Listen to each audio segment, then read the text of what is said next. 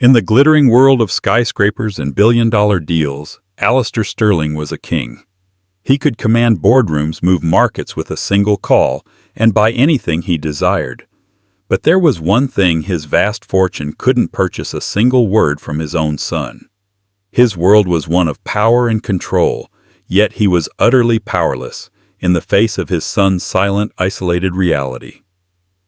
Then one rainy Tuesday, in a humble diner, a waitress with tired eyes and a name he didn't know did the impossible. She broke through the silence not with money or influence, but with something far more powerful. This isn't just a love story. It's the story of how a simple act of kindness can unravel a lifetime of loneliness and redefine the meaning of wealth forever. Alistair Sterling commanded his world from the 80th floor of Sterling Tower, a monument of steel and glass that pierced the New York City skyline. From this vantage point, the city looked like a circuit board, a complex system of predictable pathways and connections that he and he alone seemed to have mastered. His life was a testament to ruthless efficiency and cold, hard logic.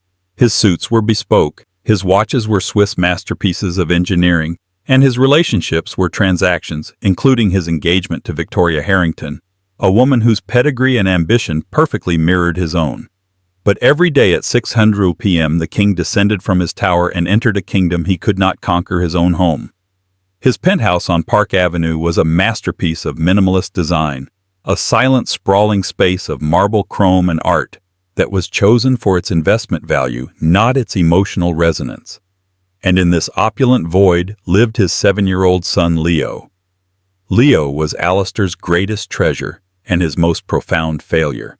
Diagnosed with severe nonverbal autism at age 3, Leo existed in a world of his own, a place Alistair's logic and resources could not penetrate. He had hired the best therapists, the most renowned specialists, and a fleet of nannies with impeccable credentials. They came armed with methodologies and doctoral degrees, but none could build a bridge into Leo's silent world.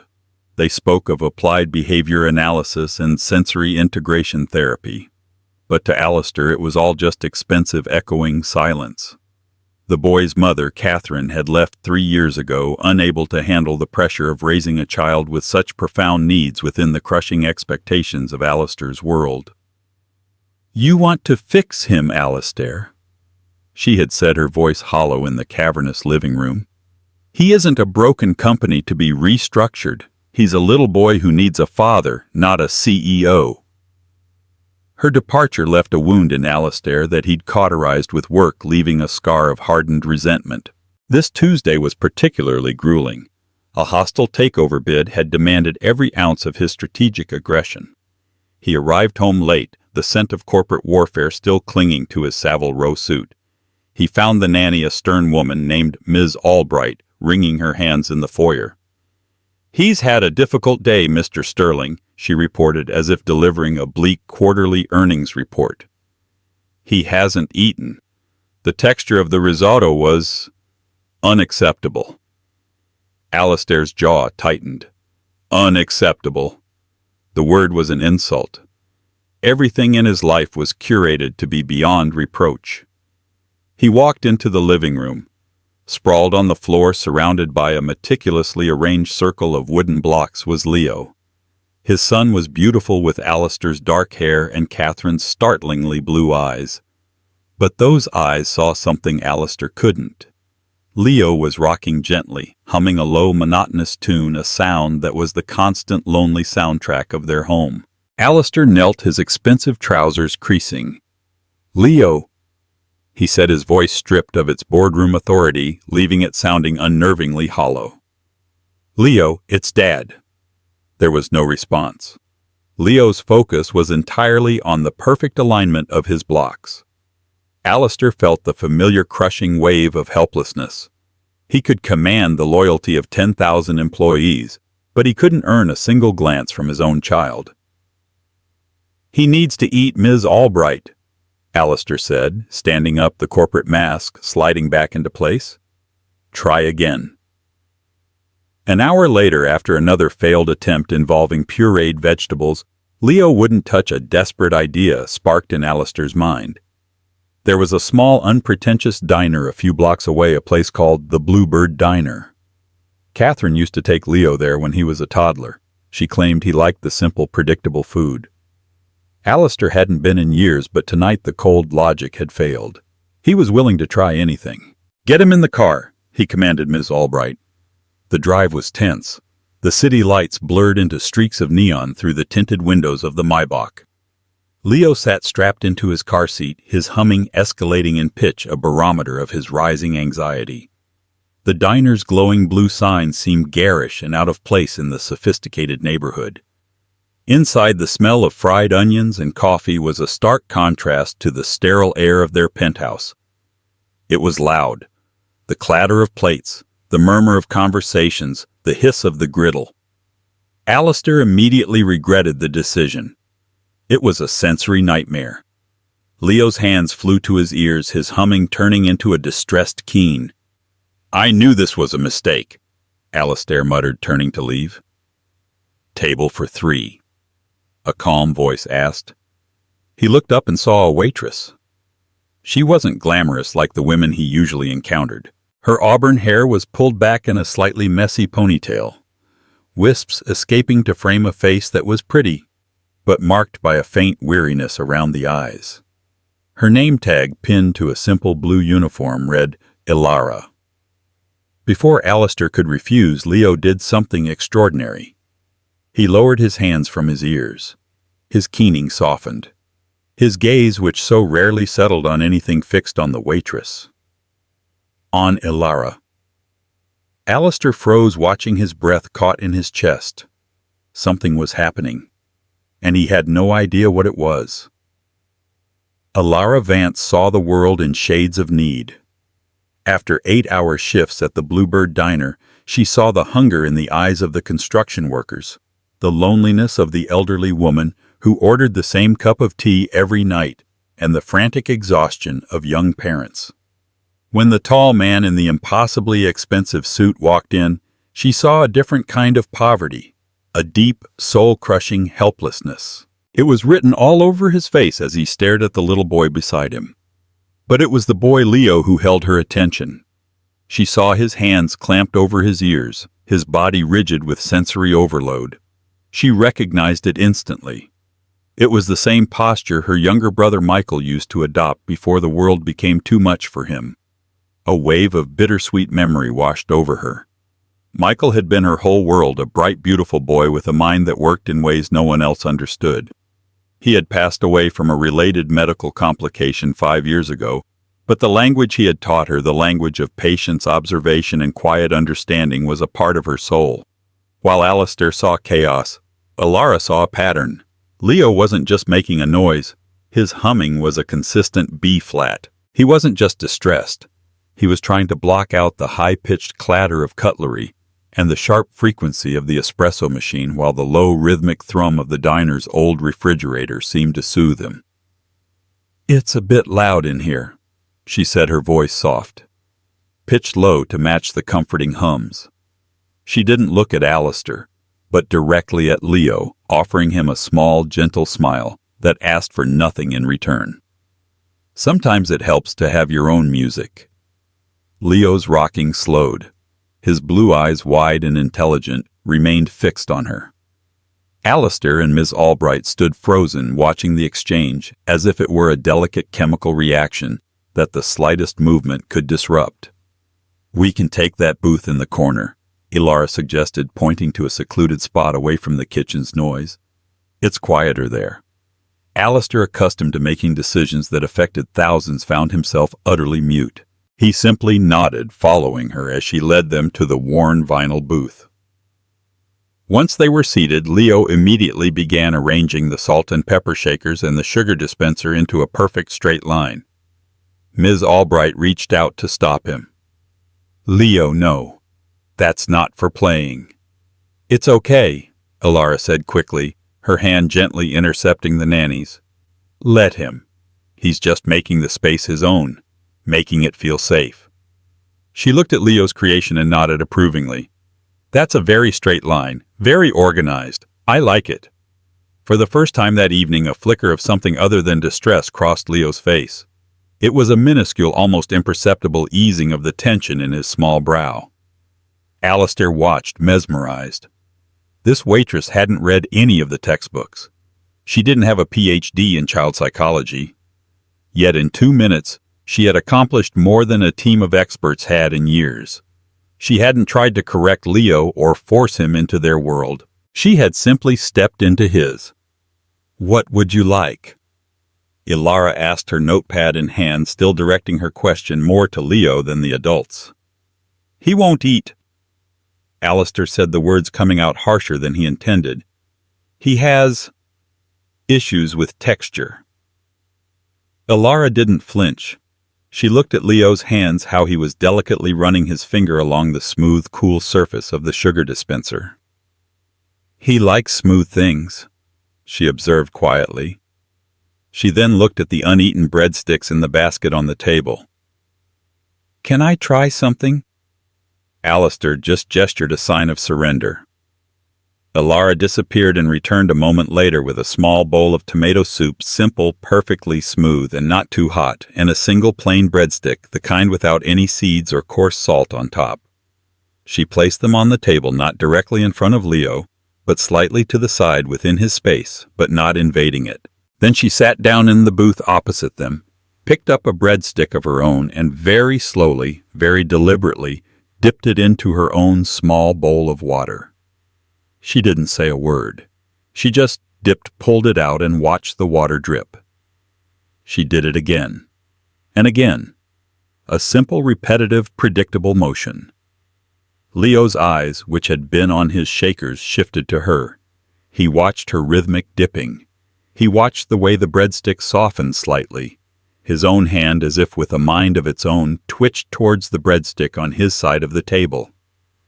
Alistair held his breath. The entire multi-billion-dollar world of Sterling Industries faded away. The only thing that mattered was this vinyl booth, this worn-out diner, and the small, hesitant hand of his son. Leo picked up the breadstick. He mimicked Ilara's movement, dipping the tip into the warm red soup. He brought it close to his face, examining the new texture, the change in color. He sniffed it. Then so slowly it was agonizing, he brought it to his lips and took a small, tentative bite.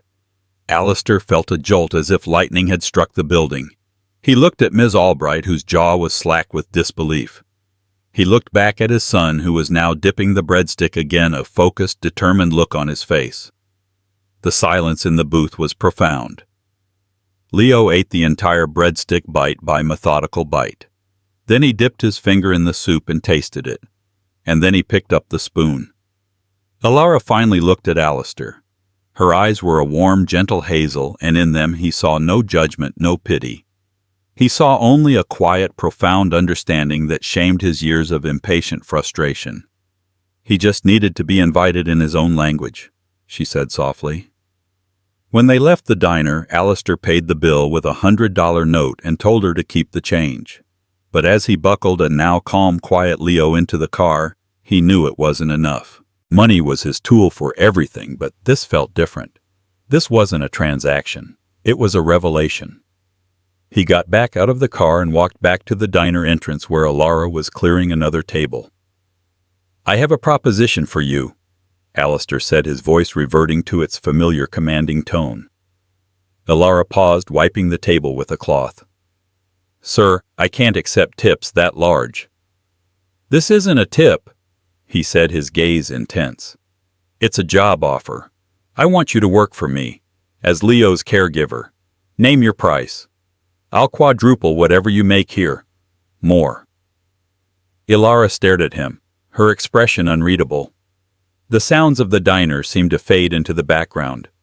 She looked from his expensive, determined face to the dark-tinted windows of the Maybach where his son was sitting. She saw a desperate father and a lonely boy trapped in a world she instinctively understood. But she also saw the world of power and privilege, a world that had once cost her family everything. "I'm sorry, Mr. Sterling," she said, her voice quiet but firm. "I'm just a waitress. I'm not for sale."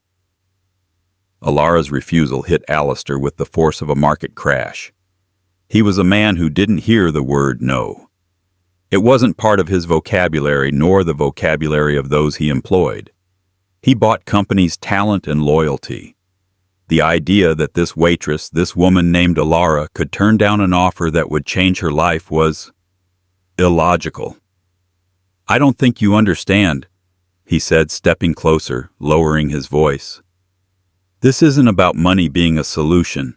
It's about providing you with the resources to do what you just did, but on a full-time basis. For my son." Alara finished wiping the table, her movements deliberate and calm. "And I don't think you understand, Mr. Sterling. What I just did wasn't a service you can purchase. It was human connection. You can't put that on a payroll." She had her reasons etched deep into her memory. Her father had been a brilliant architect, a man full of dreams who had been hired by a wealthy developer for a massive project. He poured his heart and soul into it only to be ruined when the developer, facing a minor financial hiccup, cut him loose, burying him in lawsuits to avoid payment. The stress had led to her father's first heart attack. They lost their home, her mother had to take on 2 jobs, and the dream of sending Michael to a special residential school that could have helped him vanished. Alara learned a harsh lesson early: to the very rich, other people were often just assets or liabilities on a balance sheet. She had no intention of becoming a line item on Alistair Sterling's. "Thank you for the offer," she said, turning to walk away. "I hope your son enjoyed the soup." Alistair was left standing on the greasy linoleum floor, feeling an unfamiliar sting of rejection. But beneath it, something else was stirring a grudging respect. He spent the next 2 days in a state of distraction. He was physically present in his board meetings, but his mind was in that diner booth, replaying the scene over and over. He saw the way Alara had mirrored Leo's rhythm, the patience in her eyes. He thought of her refusal. "You can't put that on a payroll." The words haunted him. Meanwhile, Leo had retreated back into his shell. The brief flicker of connection was gone, and the silence in the penthouse felt heavier than ever. On the 3rd day, Alistair, driven by a desperation that overrode his pride, did something he hadn't done in years. He investigated a person, not for a corporate acquisition, but for a personal reason. He had his head of security, a discreet man named Peterson, run a background check on Alara Vance. The file Peterson delivered was thin. Alara Vance, 28 years old, lived in a small apartment in Queens, worked at the Bluebird Diner for the last 6 years. Before that, a string of similar service jobs. One detail stood out: a younger brother, Michael Vance, deceased at age 15. Cause of death was listed as complications from epilepsy, often comorbid with his primary diagnosis, severe autism spectrum disorder. The pieces clicked into place. This wasn't a magic trick. It was expertise born from love and loss. The file also contained her financial records. She was barely making ends meet. A significant portion of her meager income was being wired every month to a nursing facility in upstate New York. A quick cross-reference showed the patient was her mother, Sarah Vance, who had suffered a debilitating stroke 2 years prior. The facility was adequate but not top tier. The kind of place you go when insurance runs out and savings are gone. Alistair stared at the report, a cold knot forming in his stomach. He saw her debt, her struggle, and he saw a path. This time he wouldn't approach her as a CEO hiring an employee. He would approach her as a man who understood leverage. He went back to the diner that evening during the lull between the dinner rush and the late-night crowd. Alara was refilling sugar shakers, the same ones Leo had so carefully arranged. "Miss Vance," he said, his tone softer this time. She looked up and her eyes held a flicker of apprehension. "Mr. Sterling." "I apologize for my bluntness the other night," he began. "I am not always graceful in these matters. I'm used to dealing in transactions. You were right to call me out." The apology surprised her. She stopped her work, giving him her full attention. "I'm not here to make you another offer," he lied smoothly. "I'm here to ask for your help, not as an employee, as a consultant, if you will. I will pay you for your time, of course, 1 hour a day, to teach me, to teach my staff. Help us understand how to connect with Leo. Show us what you know." He saw the hesitation in her eyes warring with a flicker of empathy. He pressed his advantage. My son ate a meal because of you. He connected with the world for a brief moment. I am desperate, as a father. Please. The appeal to her expertise, to her empathy, was far more potent than the appeal to her wallet. He was asking for her knowledge, not just her time. It was a matter of dignity. She was quiet for a long moment. 1 hour a day, she repeated, testing the words. For 1 week, a trial basis, and not at my full rate. I'll charge you a fair consultancy fee. That's it. Done, Alistair said, a wave of relief washing over him. He then played his final card. I also took the liberty of looking into the Northwood Pines facility where your mother is staying, he said, his voice casual. My company's philanthropic arm, the Sterling Foundation, often partners with medical institutions. We've just made a sizable donation to them, earmarked for an upgraded physical therapy wing and to subsidize the care of certain long-term patients. I'm told your mother's care will now be covered in full. Ilara froze, her face paling. The shaker she was holding slipped from her fingers, clattering on the table. She looked at him, her hazel eyes wide with a mixture of shocked gratitude and a dawning horrified suspicion. He had found her weakness. He had paid her debt. She was no longer a free agent. He had just put her on his balance sheet after all. Your first session with Leo will be tomorrow at 4 p.m. Alistair said, his voice now back to its usual cool efficiency. My driver will pick you up. He walked out of the diner, leaving Ilara standing amidst the scent of coffee and grease, feeling as though she had just made a deal with the devil, a deal she couldn't possibly refuse. She had been bought not with a salary, but with the one thing she couldn't put a price on: her mother's well-being. The black town car that picked Ilara up the next day was an alien vessel descending into her world. As it whisked her from the grid of Queens to the polished grandeur of Park Avenue, she felt a growing sense of dread. She had been outmaneuvered, her compassion weaponized against her. She was walking into the lion's den, but the image of her mother getting the physical therapy she so desperately needed was a shield around her heart. Alistair Sterling's penthouse was less a home and more a museum. The air was still and cool, smelling faintly of lemon oil and money. There were no photographs on the walls, no scuff marks on the baseboards, no clutter of a life lived. It was the beautiful, sterile cage she had imagined. And then she saw Leo. He was in the same spot on the floor as he had been in her imagination, surrounded by his blocks, humming his B-flat tune. Alistair stood awkwardly by a vast window overlooking Central Park, a general surveying a battlefield he didn't understand. His fiancée, Victoria Harrington, stood beside him. Victoria was exactly as Ilara had pictured. Tall, blonde, and exuding an aura of glacial perfection. Her dress was a simple, elegant sheath that probably cost more than Ilara's rent for a year. Her smile, when she turned it on, Ilara didn't reach her cold, assessing blue eyes. So you're the miracle worker from the diner, Victoria said, her voice smooth as silk but laced with condescension. Alistair has been so dramatic about it all. I'm Ilara, she said simply, refusing to be intimidated. We have a team of the world's best behavioral therapists, Miss Vance, Victoria continued. They have protocols, evidence-based methods. I hope your homespun approach doesn't undo their years of work. Ilara's gaze drifted to Leo. The only evidence that matters is the child, she said quietly, then walked over and sat on the floor a few feet away from him. She didn't crowd him or speak to him. She just sat cross-legged on the expensive Persian rug and began to hum. She found his B-flat note and hummed in harmony with him. For a full minute, that was the only sound in the room. Alistair watched, fascinated. Victoria's perfect smile tightened at the edges. Leo's humming faltered. He turned his head slightly, his eyes cutting towards her. He was noticing her. She had joined his song instead of trying to silence it. Ilara had brought a small tote bag. From it she pulled out a container of homemade Play-Doh. It was unscented and colored a soft, gentle blue. She also took out a smooth gray stone she'd picked up from the beach years ago, its surface worn satiny by the tide. She set the stone next to the Play-Doh and began to work the dough in her hands, squeezing and rolling it, focusing on the repetitive tactile sensation. She didn't offer it to Leo. She just played her focus absolute. Curiosity is a powerful force even in a world as locked as Leo's.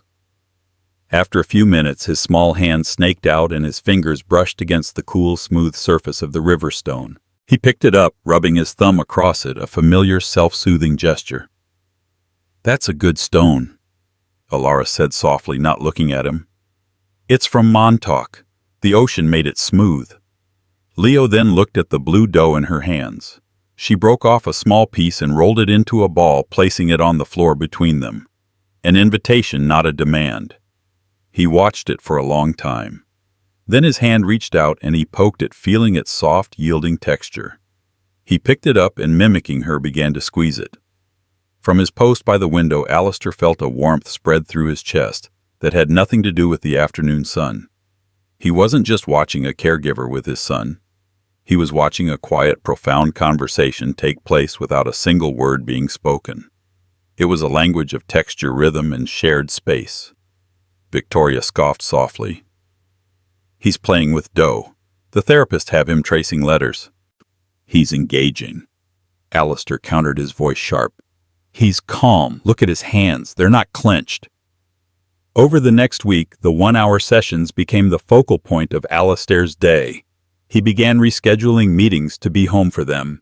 He watched Alara introduce Leo to a world of sensory experiences he could control. She brought him bowls of dry rice to run his hands through, finger paints made from yogurt and food coloring that were safe to taste, and a small music box that played a simple repeating melody. She taught the staff, including a humbled Ms. Albright, how to recognize Leo's cues.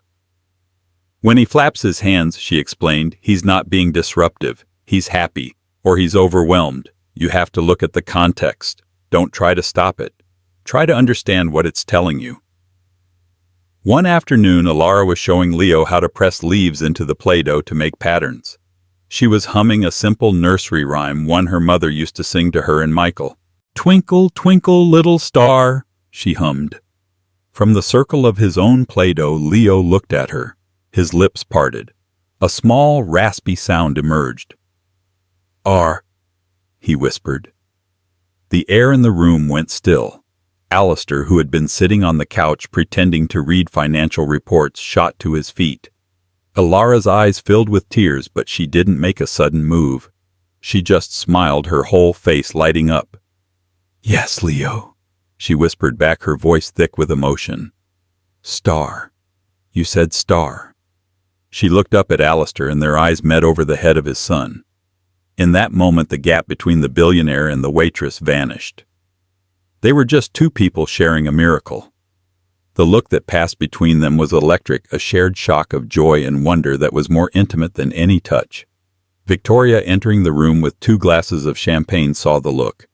She saw the tears in Alara's eyes and the unguarded, raw emotion on Alistair's face. She saw her perfectly structured future beginning to fracture. A waitress and some Play-Doh were accomplishing what she, with her beauty, her connections, and her cunning, had never been able to do. They were making Alistair Sterling feel. Later that evening, after Alara had left, Alistair found himself wandering into Leo's room. His son was asleep, his face relaxed and peaceful in a way Alistair hadn't seen in years. The smooth gray stone was clutched in his hand. Alistair realized he knew almost nothing about Alara Vance other than the tragic story of her brother and the death of her mother. He knew her effect, but not her essence. He wanted to know what books she read, what music she listened to, what dreams she held beyond the walls of the diner. This curiosity was a foreign, unsettling feeling. It was inefficient. It had no place on a balance sheet. And it was the most compelling thing he had felt in a decade. The 1-week trial was never mentioned again. Alara simply became a part of their lives. But as she built a bridge to Leo, an invisible, dangerous one was also forming between her and Alistair, and Victoria Harrington was standing on the other side, watching, waiting, and preparing to burn it to the ground. Victoria Harrington was a predator who thrived in the sterile, high-stakes ecosystem of New York's elite. She had chosen Alistair Sterling as a mate with the same dispassionate strategy he used to acquire companies. He was the biggest prize, and their union would solidify a dynasty of wealth and power. Leo, in her view, was a regrettable flaw in an otherwise perfect acquisition, a variable to be managed, minimized, and kept out of the public eye. Ilara Vance was more than a variable. She was a virus. She had infected the sterile environment of the penthouse with feelings, with hope, with a messy, unpredictable humanity that threatened Victoria's meticulously planned world. The bond between Ilara and Leo was unsettling enough, but the look she had seen pass between Ilara and Alistair was an existential threat. Victoria knew she couldn't compete with Ilara on the battlefield of empathy. She had to shift the conflict to her own territory, the world of suspicion, betrayal, and high-value assets. Her plan began subtly. She started by sowing seeds of doubt. "She's wonderful with Leo, darling," she'd say to Alistair over dinner. "But are we sure about her? She comes from such a different world. People like that can be opportunistic." Alistair, still basking in the glow of Leo's progress, would dismiss her concerns. "She's not like that, Victoria. She turned down my initial offer, remember?" Or perhaps she was just holding out for more, Victoria would murmur, letting the poison sink in. The opportunity to strike came a month into Ilara's tenure. It was the anniversary of Alistair's father's death. Every year, Alistair would take out his father's most prized possession, a 1958 Patek Philippe watch, a masterpiece of understated elegance and immense value. It wasn't just a watch. It was a symbol of the sterling legacy. He would look at it, wind it, and place it back in its velvet-lined box in the safe in his study. Victoria watched him perform this ritual, and she saw her opening. That week she made a point of being unusually kind to Ilara. She praised her work with Leo, asked about her mother, and even brought her a coffee one afternoon. "You're part of the family now, Ilara," she said with a dazzling false smile. Under the guise of this new friendship, she invited Ilara into Alistair's study. "Alistair is so private, but I think he'd want you to see this," she said, opening the safe. This was his father's. She took out the watch, her fingers carefully avoiding the polished gold surface. "It's the one thing he truly treasures." Ilara looked at the watch, appreciating its beauty, but seeing it for what it was, an object. "It's beautiful," she said politely, feeling uncomfortable being in Alistair's private space. That was all Victoria needed. A witness, a fingerprint perhaps, an association. The next day the watch was gone. Alistair's reaction was cold fury. He had the household staff line up in the living room while Peterson and another security guard conducted a search. It was a brutal, humiliating display of power. Ilara stood among them, her heart pounding with a sense of dread. "Nothing, sir," Peterson reported to Alistair. "The apartment is secure, no signs of forced entry. It had to be someone with access." Victoria, playing the role of the distraught fiancée, clung to Alistair's arm. "Oh, Alistair, it's just a thing. Don't be so upset." Then she lowered her voice to a conspiratorial whisper just loud enough for Ilara to hear. "It's a terrible coincidence, of course, but she was the only one who wasn't with the family for years. And she was in the study just yesterday. I showed it to her." Alistair's head snapped towards Ilara. The warmth that had been growing in his eyes for weeks was extinguished, replaced by the icy glare of a CEO who has just discovered an embezzler. The trust they had been building was a fragile sapling. His ingrained suspicion was a century-old oak. "Is this true?" he demanded, his voice dangerously quiet. "You were in my study." "Yes, but—" "Victoria invited me. She showed me the watch." Ilara stammered, looking at Victoria for support. Victoria's face was a perfect mask of concern and confusion. Yes, I did. I was just trying to be friendly, to make her feel welcome. I never thought—" She let the sentence hang, her implication venomous and clear. "Why didn't you mention this before?" Alistair's question was an accusation. I didn't think— I didn't do anything." "Ooh." Ilara's voice was rising in panic. She looked around at the faces of the other staff, the cook, the housekeeper, Ms. Albright, and saw suspicion. They were employees. She was an outsider, a waitress from Queens. Peterson, Alistair said, his voice like flint. Search her belongings. The humiliation was absolute. She stood trembling as the security guard went through her tote bag, the bag she used to carry Play-Doh and picture books for his son. He found nothing, of course, but the damage was done. The accusation hung in the air, thick and suffocating. I would never steal from you, Mr. Sterling, Alara said, her voice shaking but her gaze direct. She was looking for the man who had shared a moment of joy with her over his son's first word, but he was gone. Only the billionaire remained. The timing is questionable, Miss Vance. Alistair said, the formal address a deliberate blow. And you have financial pressures, a mother in expensive care. He didn't say the rest, but he didn't have to. The charity he had extended to her mother now looked like a motive. He had inadvertently handed Victoria the perfect weapon. You think I would do this because of my mother? She whispered, horrified. The kindness he had shown her was now being twisted into a leash to drag her through the mud. He said nothing. His silence was her answer. That was the moment her heart broke. It wasn't about the watch. It was about the swift, brutal death of the trust she had foolishly begun to feel. She saw her father's story playing out all over again. In this world, when something went wrong, the person with the least power always took the blame. Tears of anger and betrayal stung her eyes. I quit, she said, her voice barely a whisper. I can't work for someone who thinks I am a thief. She turned and walked toward the door, not waiting for a response. As her hand touched the doorknob, a small voice cut through the tense silence. Oh, Ella! She froze. It was Leo. He was standing in the doorway of the living room, his face a small knot of confusion. He was holding the gray riverstone she had given him. Ella, go. He asked, the words still new and clumsy, but the meaning devastatingly clear. She couldn't look at him. If she did, she would shatter. She closed her eyes for a second, then opened the door and walked out, leaving behind the silent, opulent penthouse and the little boy who had just started to find his voice. The sound of the heavy door clicking shut behind her was the most final sound she had ever heard. The silence that descended upon the penthouse after Alara's departure was a tangible thing, heavy and suffocating. It was a silence different from the one before she arrived. That had been a silence of absence. This was a silence of loss. Leo regressed almost immediately. The one word he had spoken, star, vanished from his vocabulary. His new tentative explorations of the world ceased.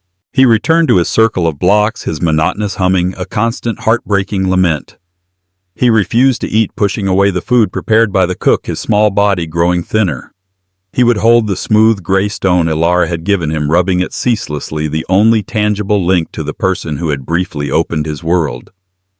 Alistair threw himself back into his work with a vengeance, the familiar cruelty of the corporate world, a welcome distraction from the gnawing emptiness at home. He told himself he had done the logical thing. The evidence was circumstantial, but compelling. Alara had access motive, and her denial had been emotional, not factual. He had cut a potential liability from his life. It was a sound business decision. But at night, when the city lights glittered below and the only sound was Leo's humming from the next room, the logic crumbled. He saw the look of utter betrayal in Alara's eyes. He heard Leo's small, confused voice asking, Ella, go. The memory was a shard of glass in his gut. Victoria was a model of supportive sympathy. She arranged for a new, highly recommended therapist to start. She redecorated Leo's playroom. She filled the silence with chatter about wedding plans and charity galas. But her victory felt hollow. Alistair was physically present but emotionally 1,000 miles away. She had eliminated her rival, but in doing so had extinguished the very spark in him she had found so attractive. The unraveling began with a loose thread, a small detail that Alistair's analytical mind couldn't let go of. Peterson had reported that no pawn shops or high-end jewelers in the tri-state area had seen the watch. A thief, especially one in financial distress, would have tried to sell it quickly. Why hadn't Alara driven by this nagging inconsistency? Alistair did what he did best. He dug for more data. He told himself it was for closure to confirm his decision. He went to his study and began reviewing the security logs for the day the watch disappeared. The penthouse was equipped with a state-of-the-art system, but its cameras were discreet, placed to monitor entrances and hallways, not the intimate spaces of the home. He watched the footage from the hallway outside his study. He saw Victoria leading Alara into the room. He saw them leave a few minutes later. Then nothing for several hours. Later in the afternoon, there was a brief clip of Victoria entering the study alone. She was carrying her large designer handbag. She was inside for less than a minute.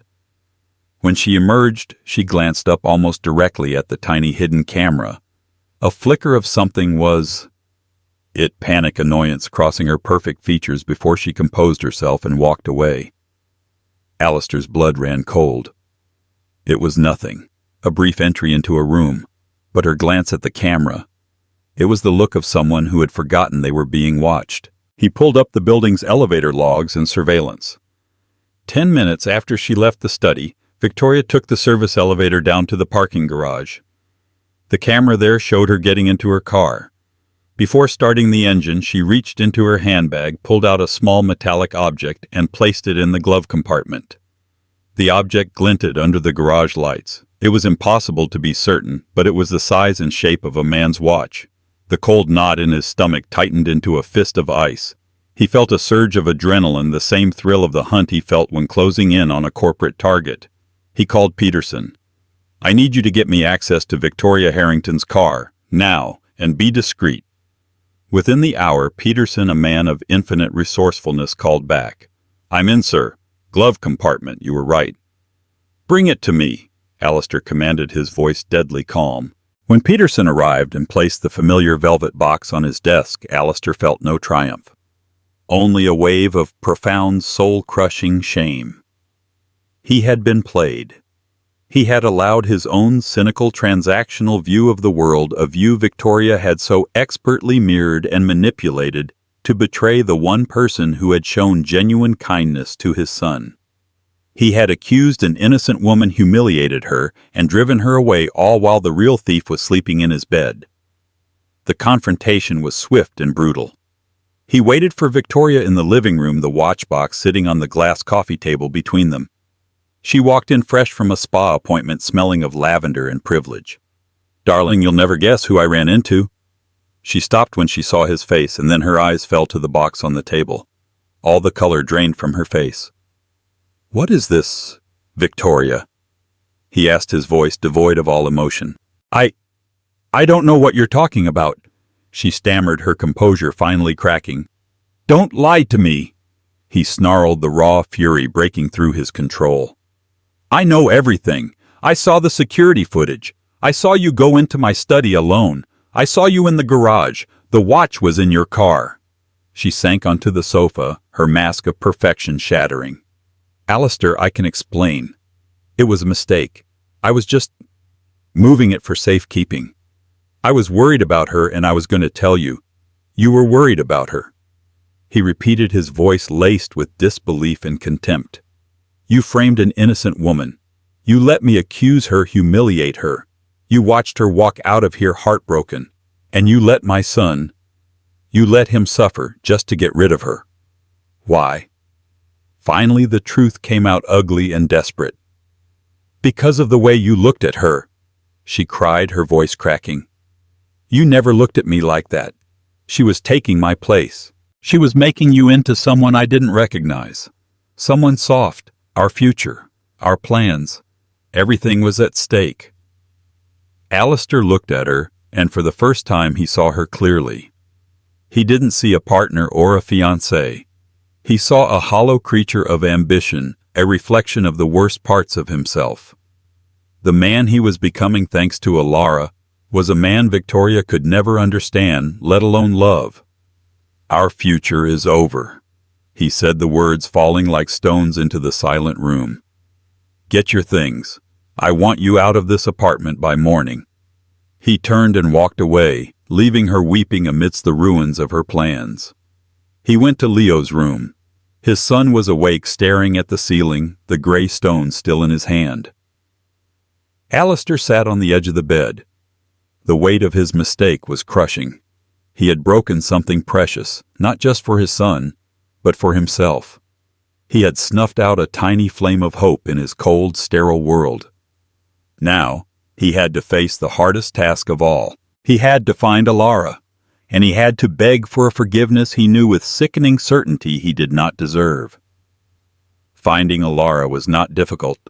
She had returned to the orbit of her old life. Alistair found her at the Bluebird Diner during the quiet afternoon lull. She moved with a familiar, weary grace, pouring coffee for a lone customer. She looked tired, and the warm light that had once danced in her hazel eyes seemed to have dimmed.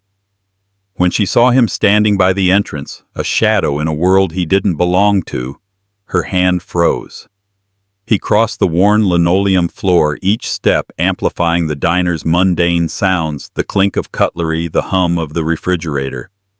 Each sound was a reminder of the world he had torn her from. "Alara," he began, his voice barely a whisper. "You need to leave." She said, her tone flat and cold. She refused to meet his gaze, focusing instead on wiping a clean counter. "Please, 5 minutes. I have to explain."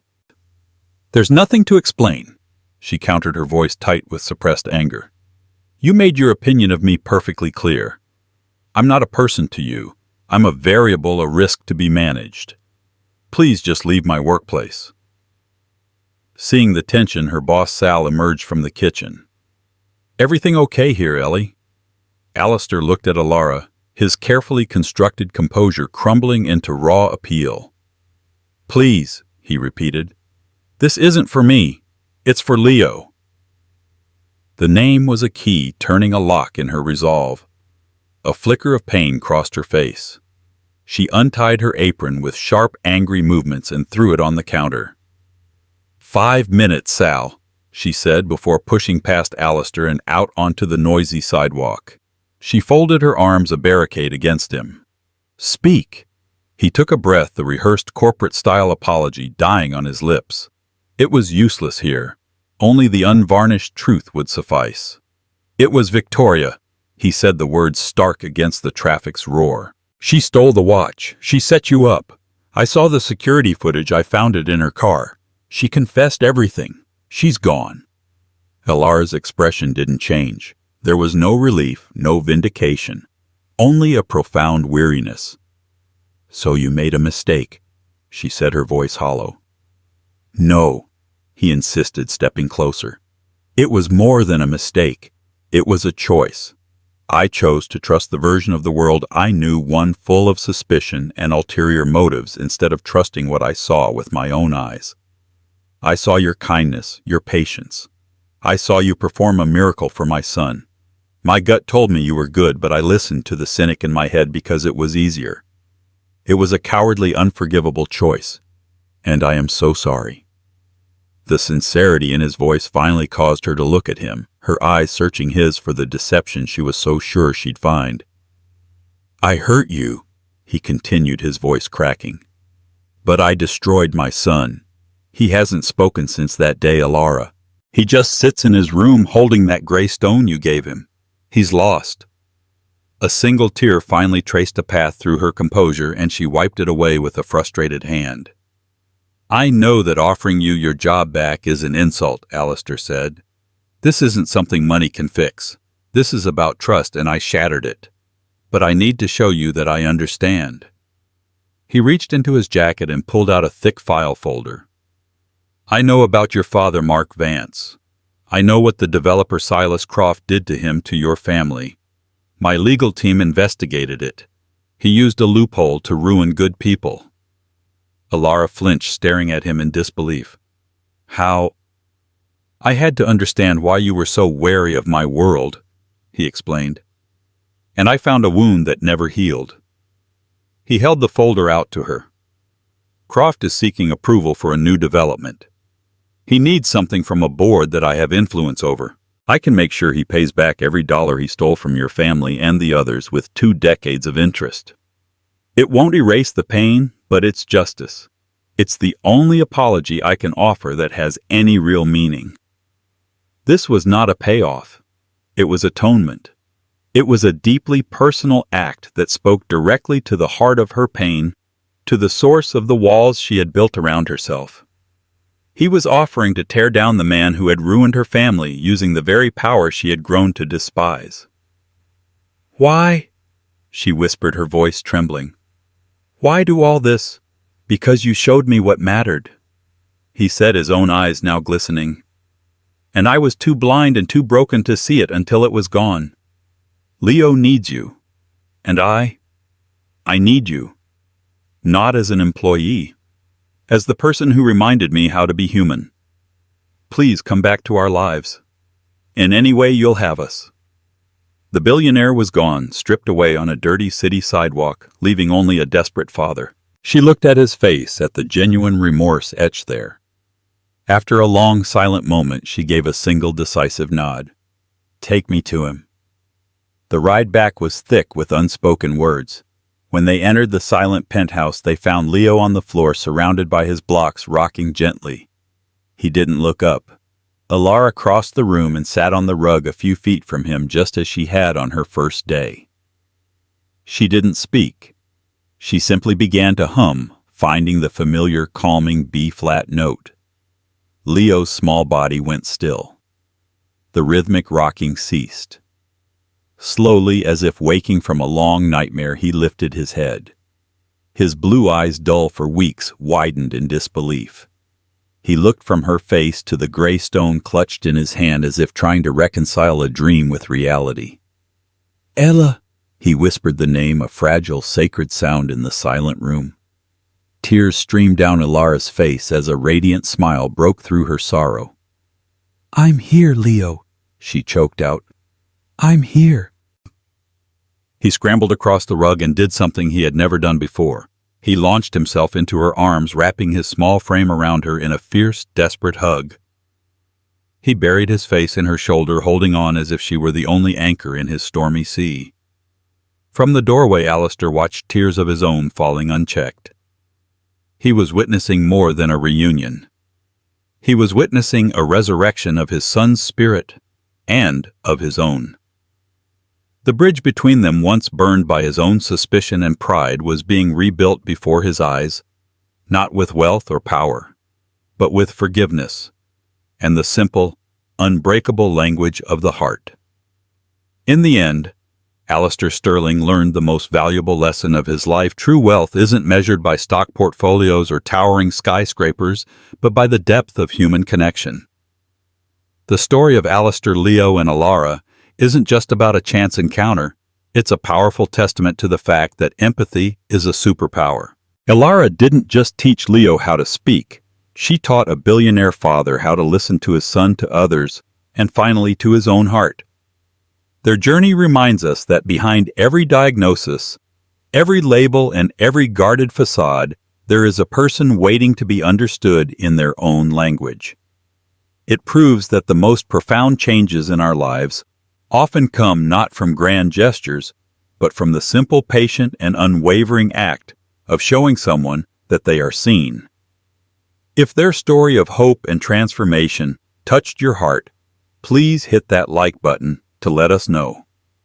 Share this video with someone who might need a reminder of the power of kindness, and don't forget to subscribe to our channel for more real-life stories that prove the best things in life are never things. Thank you for listening.